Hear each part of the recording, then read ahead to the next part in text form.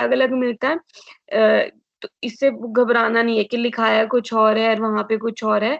You can write both of them और any of them. ठीक है, clear? Do I need to repeat? Alright, moving on. तो सबसे पहले हिस्ट्री, वैदिक पीरियड के बारे में क्या बोलते हैं।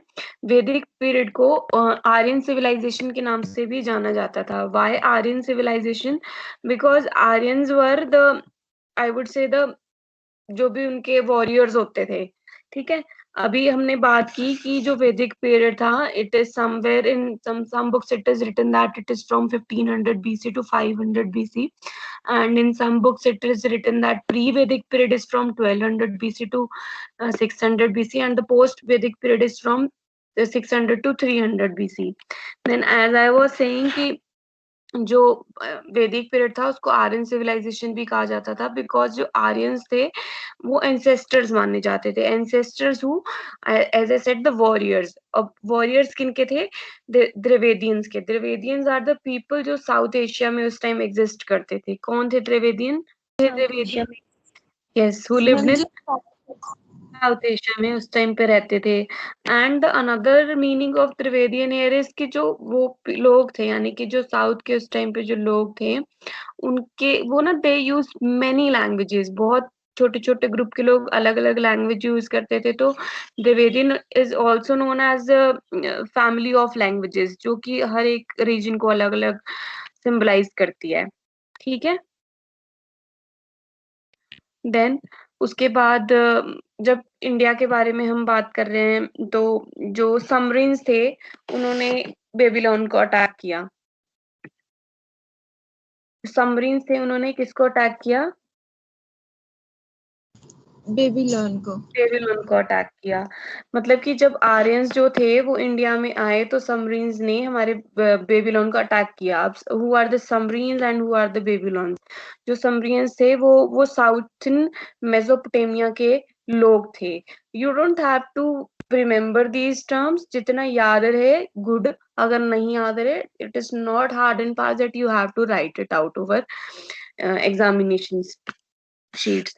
तो मैं फिर से बता रही हूँ, who were समरियंस? समरियंस जो थे साउथर्न मेसोपोटामिया के सिविलाइज्ड लोग थे, जो कि 4100 BC से 1750 BC तक रूल कर रहे थे। Then they attack Babylon. Babylon जो थे, जो मेसोपोटामिया की सिटी था या जो किंगडम था, वो लोग थे। So basically the common term over here is Mesopotamia. If you want to write it, the spelling is Mesopotamia. I am repeating, Mesopotamia. ठीक है, तो ये जो लोग थे, इन्होंने मतलब जब आर्यंस इस तरफ आ रहे थे, यानी इंडिया की तरफ आ रहे थे, तो समरियंस ने बेबीलोन को भी अटैक किया। तब जो था वो सेंट्रल एशिया से क्रॉस होते होते हमारे तक पहुंचे, एंड वो लोग जो भी समरीन्स थे, they were also the warriors. Then moving ahead, the next point is, जब वो लोग यहाँ हमारे वहां से यहाँ आए, मतलब अपनी जगह से साउथ में उन्होंने एंटर किया, बीट समरियंस और बीट द बेबीलोन्स, उन्होंने फिर क्या किया, जो earlier they used to wear warm clothes, फिर उन्होंने धीरे धीरे वार्म क्लोथ्स को शेड ऑफ करना शुरू कर दिया, यानी कि they refused the warm clothes and उन्होंने लाइट क्लोथिंग को पहनना शुरू कर दिया। Then the next point is, जो वैदिक एरा था ये ज्यादातर इंडियन रिलीजन से रिलेट करता था, इंडियन रीजन से रिलेट करता था, not the religion but reason.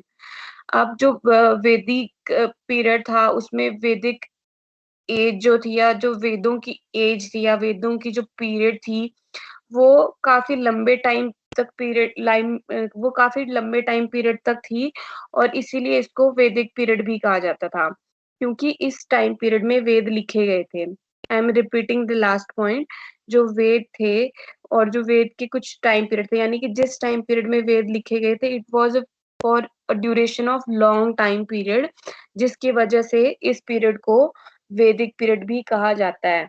First slide clear है सबको? Yes ma'am. अभी एक बार I am giving you, I would say 30 और 40 सेकेंड्स, आप इसको रीड करो, इसी जो भी 5-6 पॉइंट्स है, कुछ पूछना तो पूछो।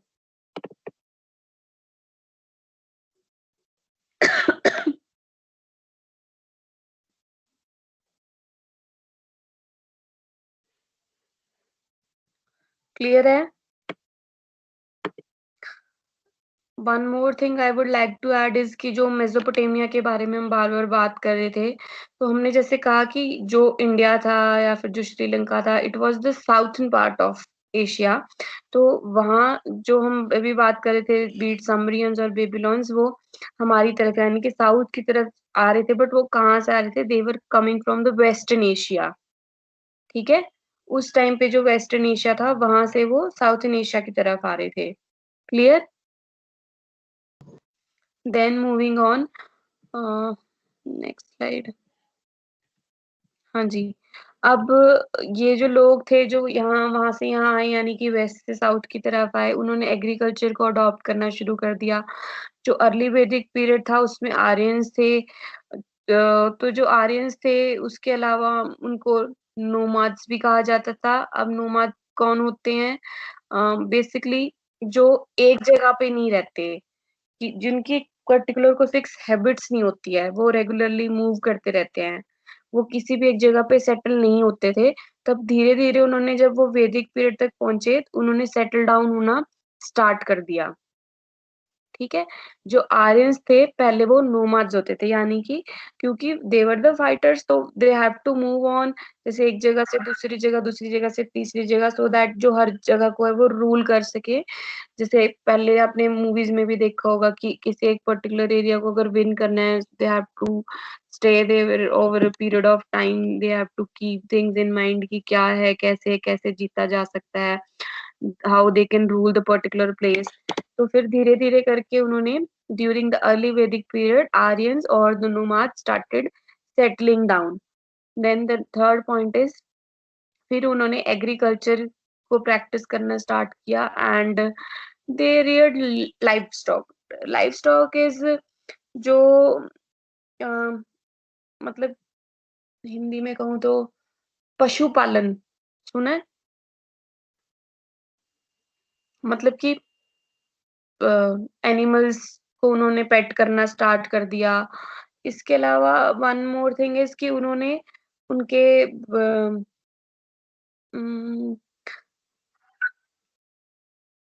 कैसे कहेंगे, उनके जनरेशन को आगे बढ़ाना शुरू कर दिया। अब ये सबको पता होगा कि कैसे करते हैं। किस किस के घर पे एनिमल्स हैं?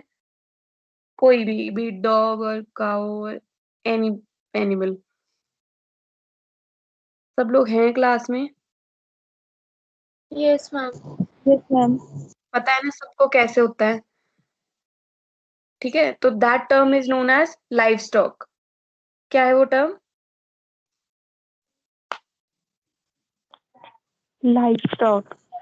Then next point is, agriculture जो था धीरे धीरे लोगों का मेन ऑक्यूपेशन बन गया। किस टाइम पीरियड तक आते आते? लेटर वैदिक पीरियड तक आते आते। The important point over here is कि अर्ली वैदिक पीरियड में आर्यंस ने और नोमाड्स ने एग्रीकल्चर को प्रैक्टिस करना स्टार्ट किया, और लेटर वैदिक पीरियड तक आते आते ये उनका मेन ऑक्यूपेशन बन गया। Clear? Yes then yes ma'am. जो यस मैम। उनके गॉड्स भी होते थे, वो भी ज्यादातर एग्रीकल्चर से रिलेटेड होते थे।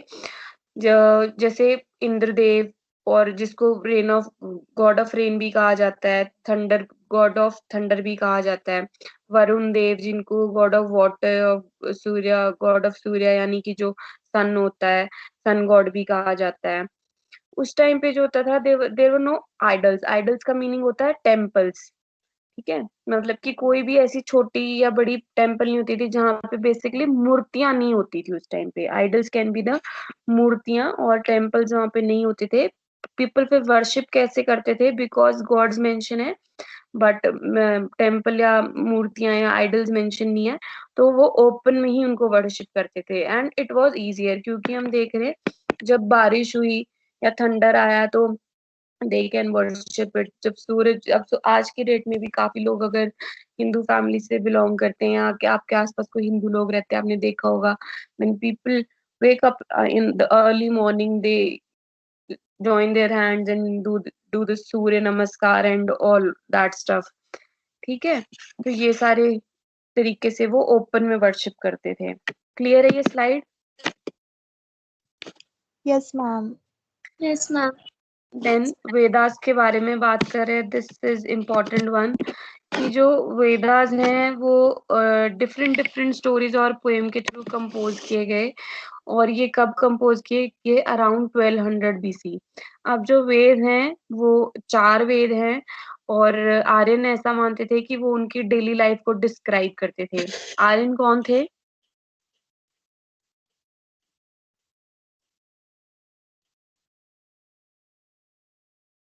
आर्यंस कौन थे?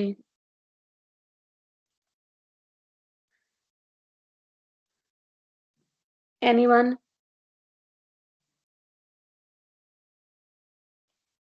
आर्यंस कौन थे? नहीं, किसी को नहीं समझ आ रहा क्या कर रहे आज हम? मैम वैदिक पीरियड। वैदिक पीरियड तो कर रहे हैं। वैदिक पीरियड में हम आर्यन आर्यन 4-5 बार पढ़ चुके हैं। वो कौन है आर्यन? मैम आर्यन मैम ये एशिया से आए हुए हैं और मैम ये इंडिया में एग्रीकल्चर कर रहे हैं। वेस्टर्न एशिया से आए, साउथर्न एशिया में। उस टाइम पे इंडिया की तरफ जो है वो ज्यादातर, इंडिया का जो पार्ट था वो धीरे धीरे, अभी हमने जैसे पढ़ा, पहले इंडस वैली था, फिर ये सारी चीजें। So India is not the right term to use in this case. ठीक है। अब आर्यंस वर कौन? द वॉरियर्स और द फाइटर्स, और the another term we have used here is ancestors. ठीक है, ठीक है ना? तो यस जो मैम। आर्यन बिलीव करते थे और जो उनकी डेली लाइफ होती थी, ऐसा माना जाता है कि उनको 4 वेदों में डिस्क्राइब किया गया था। तो 4 वेद कौन कौन से थे? Rigveda, Samaveda, Yajurveda and Atharvaveda. I am repeating, Rigveda, Samaveda, Yajurveda and Atharvaveda. ये जो है 4 टाइप के वेद हैं। अब करीबन करीबन 1000 बीसी से के आसपास, यानी कि before the birth of Christ, Aryans ने दो बहुत एपिक बुक्स लिखी, या दो बहुत एपिक रिलीजियस बुक्स लिखी। एक थी रामायण एंड दूसरी थी महाभारत, जिसकी वजह से इस टाइम पीरियड को एपिक पीरियड भी कहा जाता है, जो 1000 बीसी के अराउंड का पीरियड है। क्योंकि इन पीरियड में दो बहुत एपिक बुक्स लिखी गई थी, रामायण एंड महाभारत, इस वजह से इस पीरियड को एपिक पीरियड भी कहा जाता है। कौन से पीरियड को एपिक पीरियड कहा जाता है? वैदिक पीरियड मैम। नो, वैदिक पीरियड को नहीं कहा जाता। जो 1000 बीसी से पीरियड स्टार्ट हुआ था उसको, जो हमारा वैदिक पीरियड था वो तो 1500 या 1200 से स्टार्ट हो गया था। तो 500 या 200 साल आगे की बात कर रहे हैं हम। क्या समझ रहे हो? कौन से टाइम पीरियड की बात हो रही है एपिक पीरियड में काउंट होगा जो?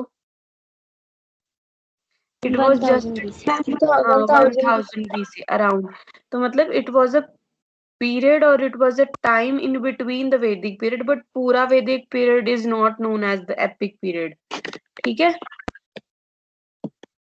आपकी नेक्स्ट क्लास के लिए आई गेस टाइम हो गया है, आपको रेस्ट भी चाहिए होगा। तो आज जो कराए समझ आ गया? हाँ, यस मैम। आपका? Yes ma'am.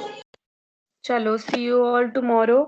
For tomorrow, Anshita please check किसकी है presentation and ask them to be ready for it. Okay ma'am.